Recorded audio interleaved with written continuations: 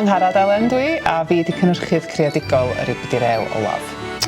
Gethin dwi yn Cyfarwyddwr Artistig Frân Wen, a fi sy'n cyfarwyddo y Ribidirew Olaf.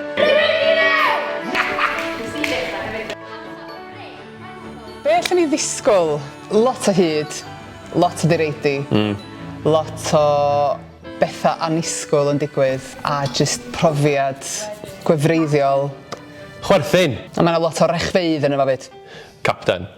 T'wo be, ma'n fraint cael cymryd stori fel yma a roi o ar lwyfan. Mae'r ffordd da ni'n mynd i ddeud o mor chwaraeus gyda'r actorion a'r cast yn credol mas gynnon ni. A dychymyg ydi byd Deian a Loli, rili, mae gyd am y dychymyg, felly mae y theatr yn lle da iawn, dwi'n meddwl, i gael chwarae fo hwnna. Mae wedi bod yn brofiad gwahanol i weithio ar y gyfres deledu, achos yn un peth mae'r sioe'n hirach.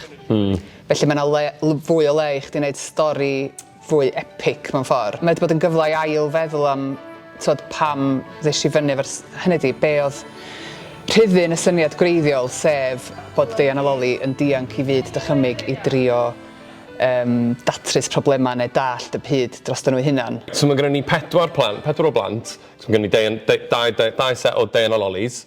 Maen nhw'n hilarious. Maen nhw'n di completely perchnogi'r gofod ma, sy'n really fun.